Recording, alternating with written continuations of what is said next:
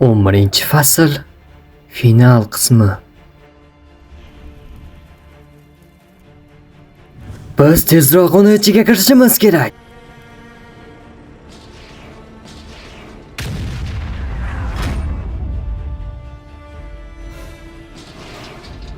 Leviathan, tezroq bu yerdan keting. Men ichkariga kiraman.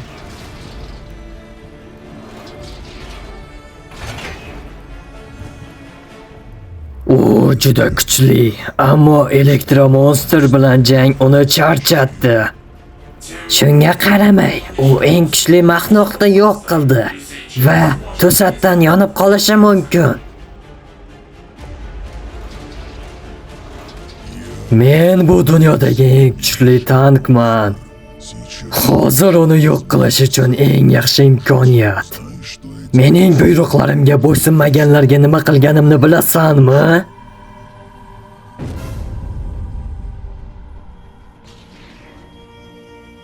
Ha, albatta, hukmdorim.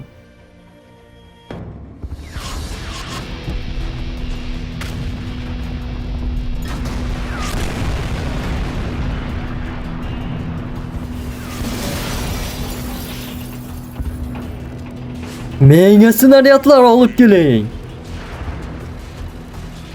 Shoshiling, ularni o'rab olish kerak.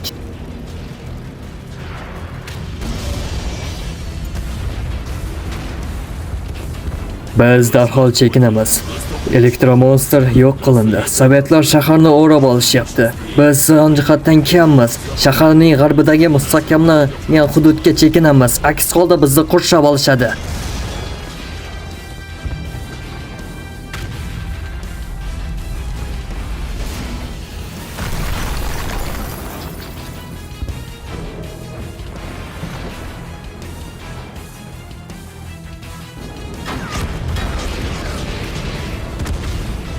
Biz o'zimizning yerlarimizga yetib borishimiz kerak. To'xtang, meni kutib turing.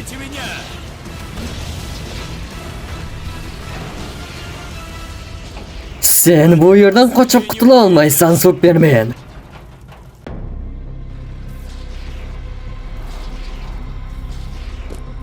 Vostok, meni eshityapsanmi? Shu yerdamisan? Ha, doktor.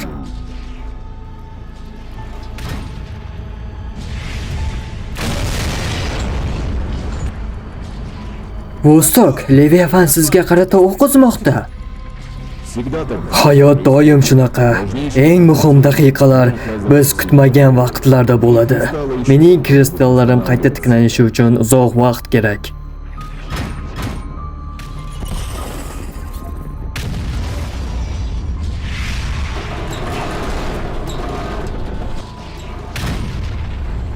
Agar u yonsa, ehtimol u Leviathanni tugata oladi va men bu jang maydonini tark etishim mumkin. Vostok, Veliarning aytishicha, hatto zaryasizlangan kristallar ham zarba pulsini qo'zg'atishi mumkin. Bu esa ularning tiklanishini kutmasdan yo'qolish imkonini beradi. Nazariy jihatdan to'g'ri, bu mumkin, lekin kristallar yo'q bo'lib ketadi. Ehtimol mening ongim ham. Bilaman, ular hatto ortiqcha yukdan portlashi ham mumkin. Kelajak uchun juda ko'p rejalarim bor edi. Men bu dunyoning tuzilishini tushunaman va yovuzlik har doim qaytib kelishini va urushlar hech qachon tugamasligini bilaman. Sovet ittifoqi va butun dunyomiz doimo xavf ostida bo'ladi.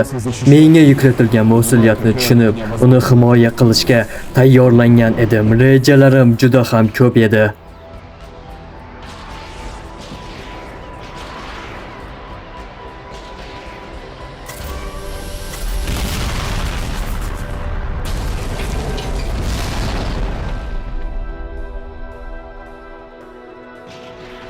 La'nati.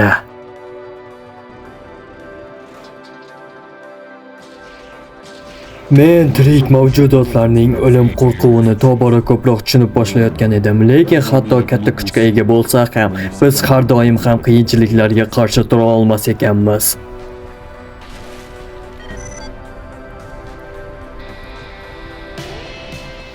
balki mening vazifam Leviafanni to'xtatish, Moskvani ozod qilish va Sovet ittifoqiga g'alaba yo'lida yordam berish bo'lgandi. Buni qila qoling, doktor. Ajablanarli darajadagi kuchli raqib.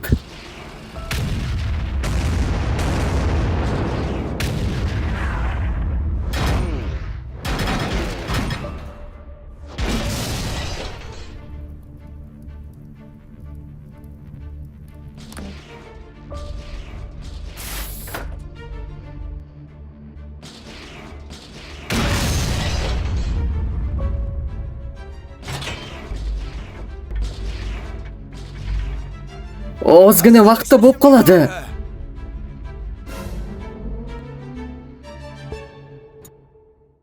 Hozir uni yoqayapsanmi?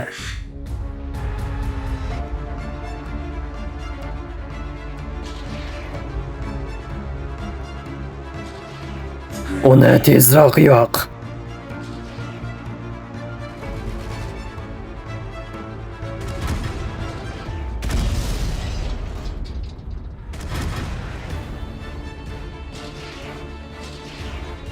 So'nggi oxirgi narsa. Data Zerato, senda ishlar qanday?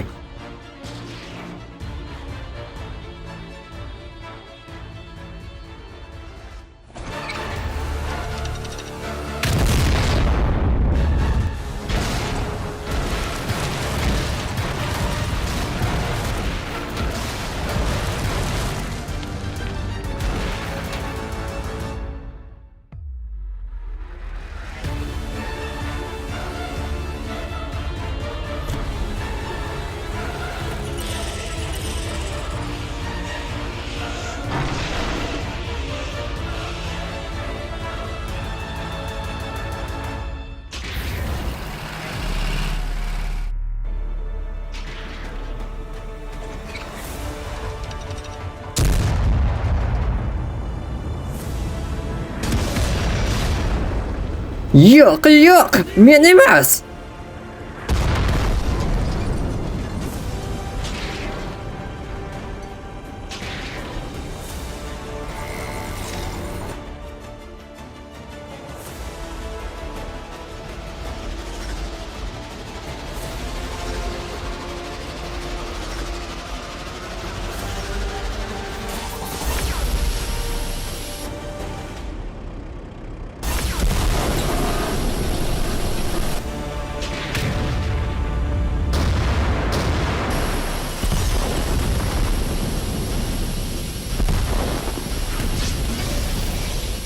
La'nati, axir men senga yordam berdim.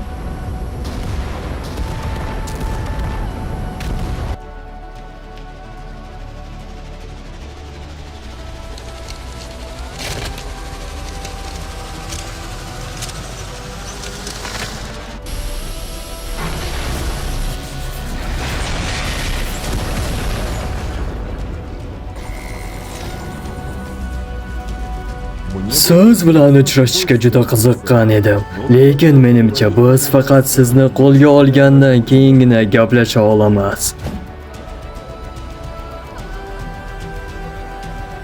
Siz aqlli ko'rinasiz. Unda men sizning dushmaningiz emasligimni tushunsangiz kerak-a?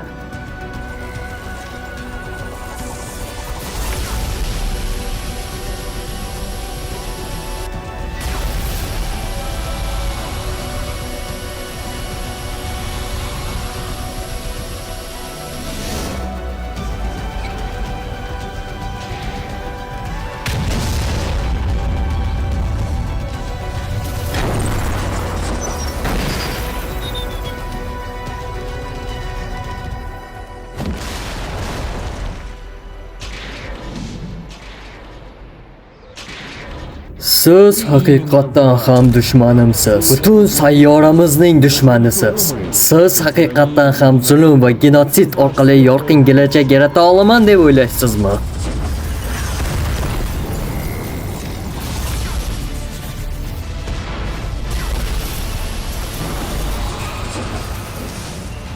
Ha, aynan shunday. Faqat qonun va tartib bu dunyoga uyg'unlik va farovonlik topishiga imkon beradi. Siz aqllisiz va buni juda yaxshi tushunasiz. Bunda biroz haqiqat bor. Sivilizatsiyalarni zabt etish orqali ideal dunyo, norozilarni yo'q qilish orqali ideal dunyo. Bu bizning shahrimiz.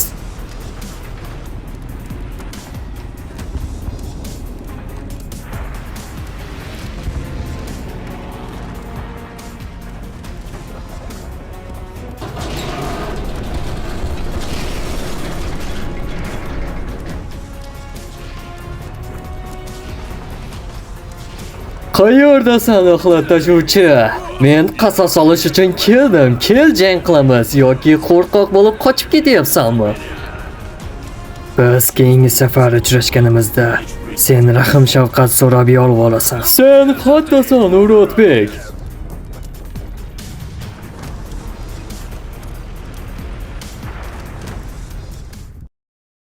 Ishonchim komilki, siz bilan men o'zaro tushuna olamiz bir-birimizni. Lekin men uchun yaratilishdan ko'ra vayrongarchilikni tanlash eng oddiy va qo'rqoq usul. Xuddi siz kabi qo'rqoq.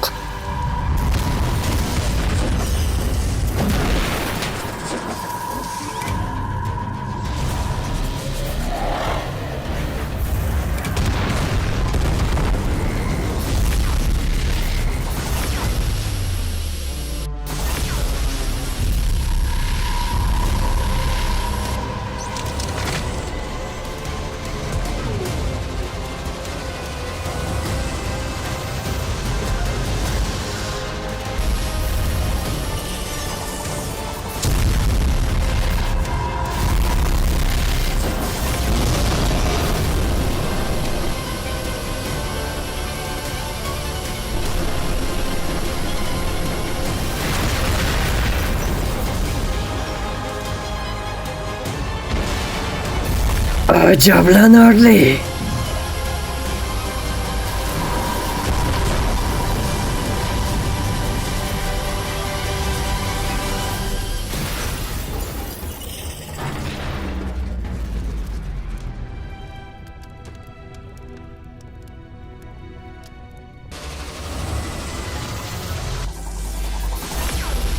Mana shu joyi lekin haqiqiy aura bo'ldi.